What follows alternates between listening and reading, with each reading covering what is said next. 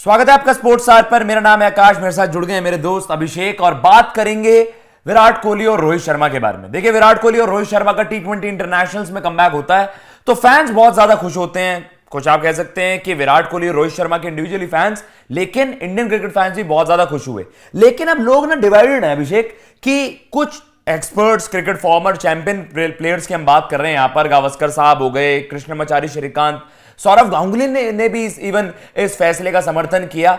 लेकिन वहीं दीपदास गुप्ता ने कहीं ना कहीं एक ऐसे स्टेटमेंट दिए जिससे कि थोड़े से ओपिनियंस डिवाइडेड भी हैं। अब आकाश भाई, हम फैंस की बात करते हैं, फैंस डिवाइडेड है, फैंस बटे हुए, यहां तो फॉर्मर क्रिकेटर तक बटे हुए हैं। तो भाई ये है, बताते हैं आपको क्या मुद्दा है इस वीडियो का।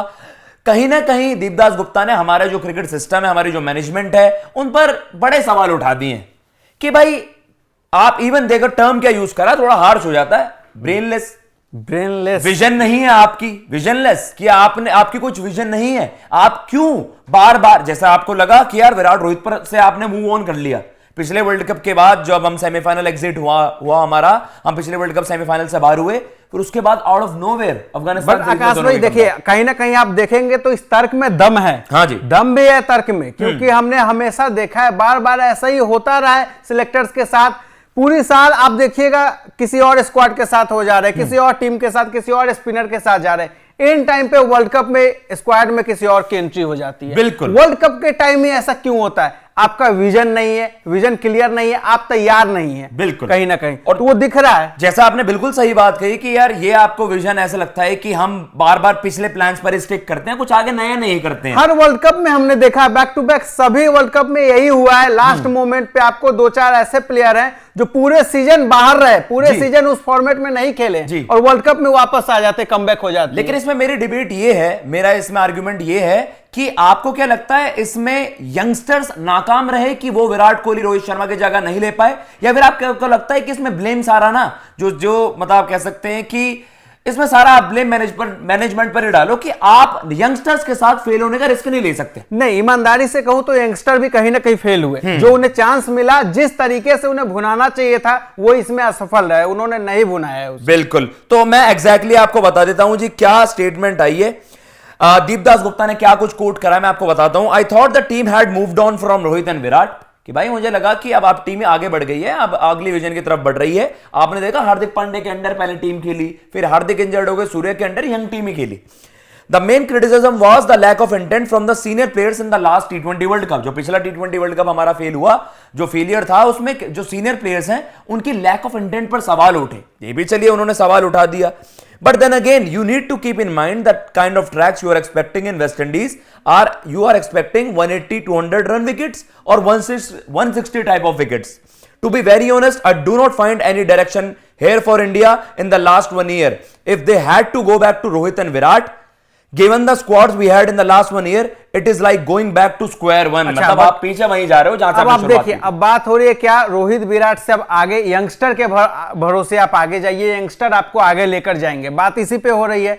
लेकिन दोनों पहलू है ना आकाश भाई। अगर हम इस होप में जा रहे हैं कि ये लोग जो ना कर पाए, यंगस्टर आगे चल के कर दे, इंडिया को वर्ल्ड कप ट्रॉफी यंगस्टर दिला दे, लेकिन इससे ये भी तो हो सकता है दूसरा पहलू कि जहां तक आप पहुंच रहे हैं उससे भी नीचे और चले जाए आप। बिल्कुल, देखिए आपको इस चीज के लिए आपको रेडी होना पड़ेगा। कोई भी ट्रांजिशन फेज होता है, स्मूथ नहीं होता। श्रीलंका क्रिकेट के जब लेजेंडरी प्लेयर्स निकल गए थे, मलिंगा, जयवर्धने, संगकारा, दिलशान, उसके बाद आपने श्रीलंकन क्रिकेट का डिक्लाइन देखा, डिक्लाइन हुआ। तो वो है कि वो रिकवर नहीं कर पाए। उनको आज तक भी हम देखते हैं श्रीलंका क्रिकेट वो गोल्डन पीरियड नहीं है। नहीं, तो शायद आप इंडिया के लिए रिस्क करते हैं। नहीं, बट हमारे जो प्लेयर्स है कहीं ना कहीं डोमेस्टिक प्लेयर है, जो इंडिया बी टीम के जो भी प्लेयर्स हैं, उनके मुकाबले इनका स्तर काफी ऊपर है। तो मेरे कहने का मतलब यही है कि क्या आप रिस्क लेने से डरते हो? फियर ऑफ फेलियर है। मैंने शायद देख के लग रहा है आपकी मैनेजमेंट कहीं ना कहीं, जो सिलेक्टर्स है, जो मैनेजमेंट है, जो बोर्ड है, कहीं ना कहीं वो अब डर रही है। लेकिन देखा, अच्छा एक बात मुझे बताओ, ये फियर ऑफ फेलियर है, 10 साल से हो क्या रहा है? फेलियर ही तो हो रहा है। अगर हम चैंपियन प्लेयर्स के साथ भी नहीं जीत पा रहे हैं तो मैनेजमेंट ये तय नहीं कर सकती, चलो भाई क्या पता इस बार हारने का तरीका अलग हो जाए, एटलीस्ट हम एक इंटेंट तो दिखाएंगे नई टीम चुनने की। वो फैसला लेने से क्यों हेजिटेट करती है मैनेजमेंट, मुझे बताइए। और अगर टीम में लाना ही है तो परफॉर्मेंस के बेस पे आप प्लेयर को लाइए ना। अब जरूरी थोड़ी है एक को लाएंगे तो दूसरे को भी जबरदस्ती उसके साथ लाना पड़ेगा। अच्छा, तो आप विराट और रोहित में यहां पर साफ सीधे कंपैरिजन हो रहा है। समझने वाले समझेंगे, लेकिन आप बताइए, तर्क वाली बात है। अगर एक प्लेयर अगर उसका स्टैट अच्छा है, हर चीज में अगर वो टिक मार्क कर रहा है, बिल्कुल, तो जरूरी थोड़ी अगर उसको लाने के लिए हमको दूसरे को भी लाना ही पड़ेगा। बिल्कुल, आपने देखे तर्क अगर केवल एज अ बैटर के तौर पर देखा जाए, विराट कोहली साफ तौर पर जो सजेस्ट कर रहे हैं Abhishek, as a batter, as a leader भी आपकी टीम को मदद पहुंचाते हैं। जब जरूरत पड़ता है कैप्टन से जाकर बात करते, कहीं ना कहीं आप ग्राउंड में भी वो हेल्प देते हैं आपकी टीम। तो कहने का मतलब आपका ये है कि रोहित शर्मा को हम देखते हैं मोर लाइक अ लीडर अभी इस ग्रुप में देखा जा रहा है। अगर एज अ बैटर देखा जाए तो शायद उनसे बेटर परफॉर्मेंस हमारे पास है हमारे पास, क्योंकि आप 4 यंगस्टर्स को क्रॉस कर रहे हो। अगर आप विराट और रोहित को देख रहे हो तो आपके पास यशस्वी है, ऋतुराज है, शुभमन गिल है और ईशान किशन है। तो कहीं ना कहीं अब आप देख रहे हो कि सीनियर्स आते हैं और जो खिलाड़ी 1 साल से खेल रहे हैं आप उनके बारे में सोचते तक नहीं है। ईशान किशन उसका एक ये मैनेजमेंट का फ्रेश एग्जांपल है। ये मैनेजमेंट का फेलियर है। यहाँ पे रोहित और विराट की गलती नहीं है, मैनेजमेंट की गलती है। मैनेजमेंट की साफ सीधी गलती है। तो जो कहीं ना कहीं देखिए दीपदास गुप्ता ने जो सवाल उठाए हैं, किन्हीं मायनों में लेजिट है और किन्हीं मायनों में नहीं। विराट कोहली के वो नंबर्स हैं कि वो जस्टिफाई करते हैं, वो अपनी टीम में दावेदारी ठोकते हैं।